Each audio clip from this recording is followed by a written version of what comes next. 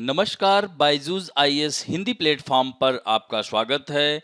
आज हम लोग 11 दिसंबर 2021 के दैनिक क्विज की चर्चा करेंगे, जो कि आपके आगामी संघ लोक सेवा आयोग की प्रारंभिक परीक्षा के दृष्टिकोण से लाभदायक सिद्ध हो सकता है। तो आइए पहले प्रश्न की ओर चलते हैं।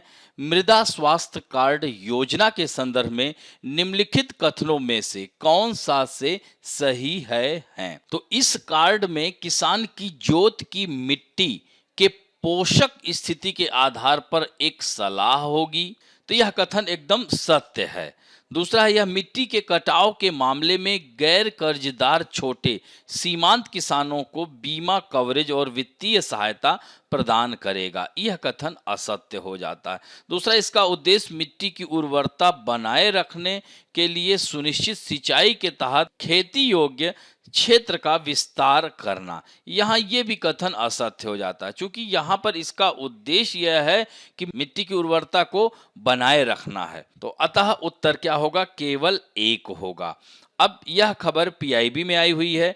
मृदा स्वास्थ्य कार्ड योजना 19 फरवरी 2015 को राजस्थान के श्री गंगानगर जिले के सूरतगढ़ में राष्ट्रव्यापी राष्ट्रीय मृदा सेहत कार्ड योजना का शुभारंभ किया गया और इस योजना का मुख्य उद्देश्य देश भर के किसानों को मृदा स्वास्थ्य कार्ड प्रदान किए जाने में राज्यों का सहयोग करना और इसका योजना का थीम है स्वस्थ धरा खेत हरा। तो मृदा स्वास्थ्य उर्वरता का पता लगाने के लिए सरकार 2015-16 में इस योजना की शुरुआत की। तो सॉयल हेल्थ कार्ड मिट्टी के अच्छे स्वास्थ्य को बनाए रखने के लिए अकार्बनिक और जैविक उर्वरकों के संतुलित और एकीकृत उपयोग के बारे में नुस्खे के साथ साथ मिट्टी की पोषक स्थिति प्रदान करता है, जिसके परिणाम स्वरूप उत्पादन में वृद्धि होती है। कृषि उत्पादन में वृद्धि कई कारकों पर निर्भर करता है, जैसे गुणवत्ता वाले बीजों का उपयोग, उर्वरकों का संतुलित एकीकृत उपयोग, सिंचाई की उपलब्धता आदि। तो राष्ट्रीय उत्पादन परिषद ने अपने अध्ययन में भारत में मृदा स्वास्थ्य कार्ड के तेजी से वितरण के लिए मृदा परीक्षण अवसंरचना में 2017 से मृदा स्वास्थ्य कार्ड की सिफारिशों को अपनाकर फसलों की पैदावार में 5 से 6% की समग्र वृद्धि दर्ज की है। तो इस तरह से कृषि उत्पादकता में सुधार के लिए सरकार द्वारा उठाए गए कदम, जैसे सरकार खाद्य फसलों के उत्पादकता को बढ़ाने के लिए राष्ट्रीय खाद्य सुरक्षा मिशन लागू कर रही है और मिशन का उद्देश्य विशिष्ट क्षेत्रों में क्षेत्र के विस्तार और उत्पादकता में सुधार के माध्यम से खाद्य फसल उत्पादन में वृद्धि करना। राष्ट्रीय खाद्य सुरक्षा मिशन के तहत चावल, गेहूं, दालें, पोषक अनाज, वाणिज्यिक फसलों और तिलहन जैसी फसलों को बढ़ावा देने के लिए सहायता दी जाती है। तो यह भी बिंदु ध्यान रखेंगे। और इसमें सरकार कृषि फसलों की गुणवत्ता वाले बीजों के उत्पादन और गुणन को बढ़ावा देने के लिए बीज और रोपण सामग्री पर उप मिशन लागू कर रही है, ताकि देश में किसानों को आवश्यक मात्रा में बीज उपलब्ध कराया जा सके। इसी तरह से राष्ट्रीय कृषि विकास योजना के तहत राज्य सरकारों को कृषि और संबद्ध क्षेत्र में परियोजनाओं के आधार पर राज्यों में उनकी आवश्यकता के अनुसार योजना को लागू करने के लिए धन जारी किया जाता है। प्रति बूंद अधिक फसल पहल, जिसके तहत पानी के इष्टतम उपयोग, इनपुट की लागत को कम करने और उत्पादकता बढ़ाने के लिए ड्रिप स्प्रिंकल सिंचाई को भी प्रोत्साहित किया जा रहा है। तो यह सब महत्वपूर्ण बिंदुओं की चर्चा हुई इस लेख के माध्यम से। अब बढ़ते हैं दूसरे प्रश्न की ओर। आत्मनिर्भर हस्तशिल्पकार योजना के संदर्भ में निम्नलिखित कथनों में से कौन सा से सही है? यह संगीत और नृत्य, लोक और आदिवासी कला रूपों के क्षेत्र में नई प्रतिभाओं के विकास को बढ़ावा देने के लिए संस्कृति मंत्रालय की एक पहल है। तो यह कथन असत्य हो जाता है।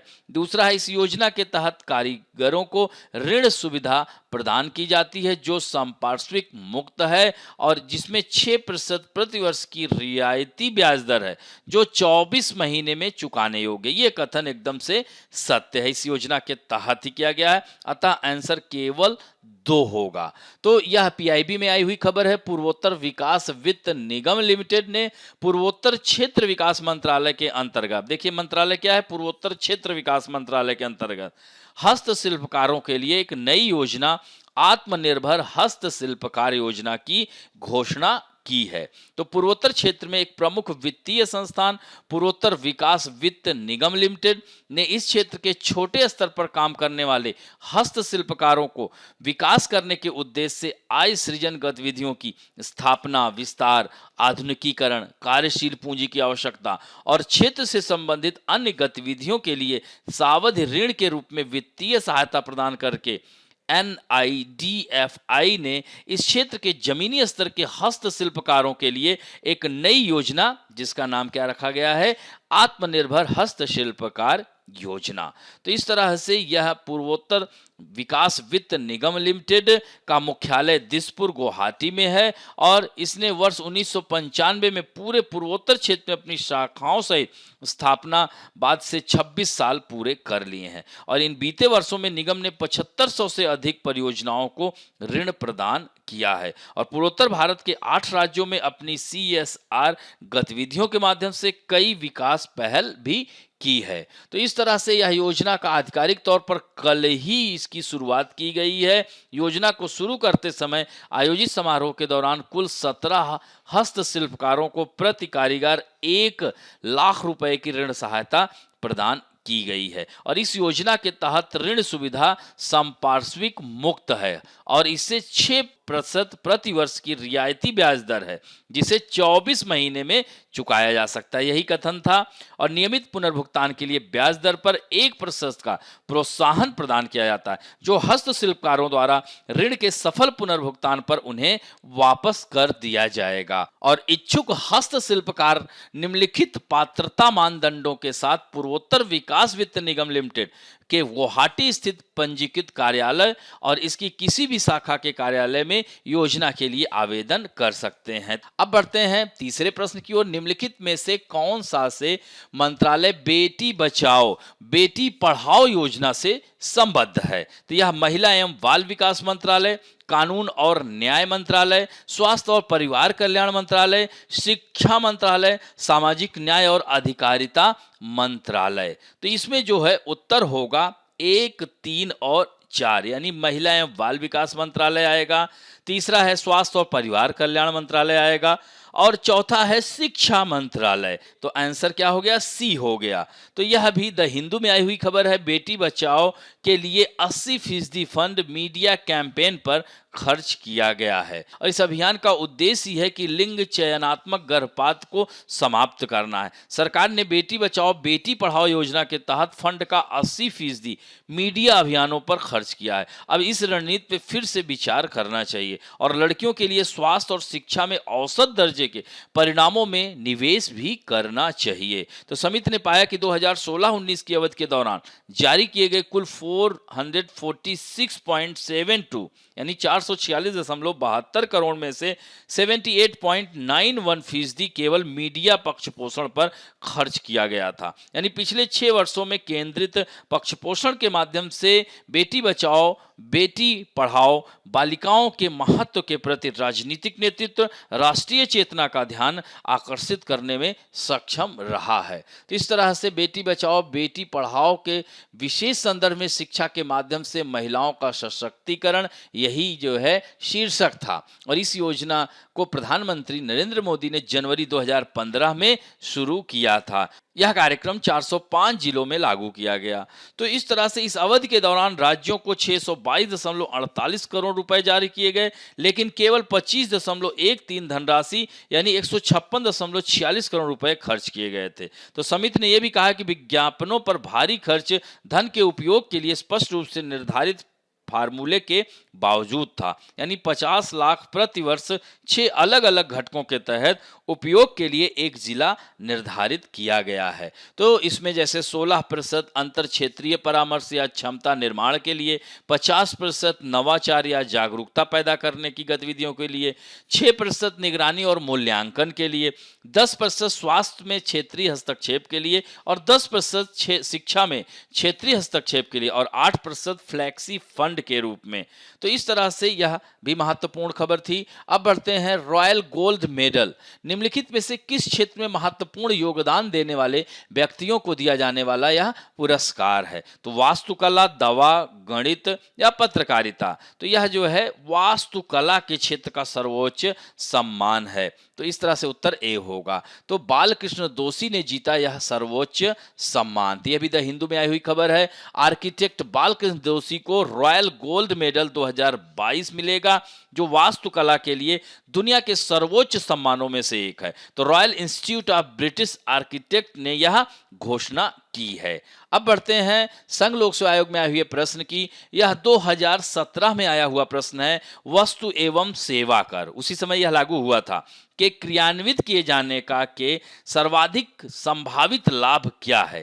तो यह भारत में बहुप्राधिकरणों द्वारा वसूल किए जा रहे बहुत करों का स्थान लेगा और इस प्रकार एकल बाजार स्थापित करेगा। यह कथन एकदम सत्य है। दूसरा, यह भारत के चालू खाता घाटे को प्रबलता से कम कर उसके विदेशी मुद्रा भंडार को बढ़ाने हेतु से सक्षम बनाएगा। देखिए, यह कथन सत्य होता अगर संघ लोक सेवा आयोग ने इसमें प्रबलता शब्द नहीं जोड़ा होता। इसी की वजह से यह कथन असत्य हो जाता है। यह भारत की अर्थव्यवस्था की समृद्धि और आकार को बृहद रूप से बढ़ाएगा और उसे निकट भविष्य में चीन से आगे निकल जाने योग्य बनाएगा। तो अब देखिए, यहां पर भी यह कथन सत्य हो सकता था, लेकिन यहां पर बृहद रूप शब्द का यानी यह प्रयोग नहीं करना चाहिए था, यह दोनों शब्द का। इसी कारण ये दोनों कथन असत्य हो जाते हैं। तो पहला कथन सबसे सटीक है, अतः उत्तर केवल एक होगा। तो यह जो है जीएसटी 2017 में ही लागू हुआ था 1 जुलाई को, उसी संबंधित यह प्रश्न आया था। तो यह एक अप्रत्यक्ष कर है और कराधान में यह समानता लाता है। इसने भारत में कई अप्रत्यक्ष करों को बदल दिया है। तो इस तरह से जीएसटी ने अप्रत्यक्ष करों को संयुक्त करके एक साथ लाया, सेवा और वस्तु व्यापार के लिए कराधान को सफल बनाया है। इसके बहुत सारे लाभ हैं। अब बढ़ते हैं आज के फैक्ट ऑफ द डे में। परंपरागत कृषि विकास योजना, ये भी पीआईबी में आई हुई खबर है। 2015-16 में कृषि एवं किसान कल्याण मंत्रालय द्वारा केमिकल से मुक्त जैविक खेती को क्लस्टर रूप में बढ़ावा देने के लक्ष्य से योजना को शुरू किया गया और देश के किसान नागरिकों को जैविक खेती करने के लक्ष्य से योजना की यह घोषणा की गई थी। तो यह जो है सॉयल हेल्थ योजना के तहत यह योजना को शुरू किया गया था। तो यह परंपरागत कृषि विकास योजना के माध्यम से आधुनिक विज्ञान के मिश्रण को जैविक खेती का स्थायी मॉडल का विकास सुनिश्चित किया जाएगा और इसका मुख्य कार्य मिट्टी की उर्वरता को बढ़ाना और यह कृषि रसायनों का उपयोग किए बिना जैविक क्रिया के अंतर्गत स्वस्थ भोजन के उत्पादन में सहयोग करता है। इसके तहत वित्तीय सहायता भी 3 वर्ष की अवधि के लिए 50,000 रुपए की आर्थिक मदद भी प्राप्त होगी। तो इसमें पीआईबी में दिया गया है कि रासायनिक उर्वरकों का न्यूनतम उपयोग, यही जो है इसमें महत्वपूर्ण बात की गई है। तो भारतीय कृषि अनुसंधान परिषद ने भारतीय मृदा विज्ञान संस्थान, अखिल भारतीय समन्वित अनुसंधान परियोजनाओं और सूक्ष्म माध्यमिक पोषक तत्व प्रदूषक तत्वों के माध्यम से लागू विभिन्न प्रमुख और सूक्ष्म पोषक तत्वों की प्रतिक्रिया का अध्ययन किया है। इसमें विभिन्न फसलों में रासायनिक उर्वरकों के माध्यम से इसी तरह परिषद ने मृदा जैव विविधता जैव उर्वरक पर नेटवर्क परियोजना के तहत विभिन्न फसलों और मिट्टी के प्रकारों के लिए विशिष्ट जैव उर्वरक के उन्नत और कुशल उपभेदों का विकास किया है। तो इन अध्ययनों के आधार पर ICAR मिट्टी के स्वास्थ्य और उर्वरता में सुधार के लिए पौधों के पोषक तत्वों के अकार्बनिक और जैविक दोनों स्रोतों यानी खाद, जैव उर्वरक आदि के संयोजन के उपयोग के माध्यम से मृदा परीक्षण आधारित संतुलित और एकीकृत पोषक प्रबंधन की सिफारिश कर रहा है और विभिन्न योजनाओं के माध्यम से जैविक उर्वरकों को बढ़ावा देने के लिए सरकार द्वारा उठाए गए कदम जैसे मृदा स्वास्थ्य प्रबंधन, फिर क्या है तिलहन और तेल पाम पर राष्ट्रीय मिशन और इसी के साथ साथ राष्ट्रीय खाद्य सुरक्षा मिशन, यह सब बातें इसमें की गई हैं। तो इस तरह से आज का अंक यहीं समाप्त करते हैं। आशा करता हूं कि आज का भी अंक आप लोगों को अच्छा लगा होगा और अच्छा लगे तो प्लीज लाइक, शेयर, सब्सक्राइब और बेल आइकन दबाना ना भूलें। धन्यवाद।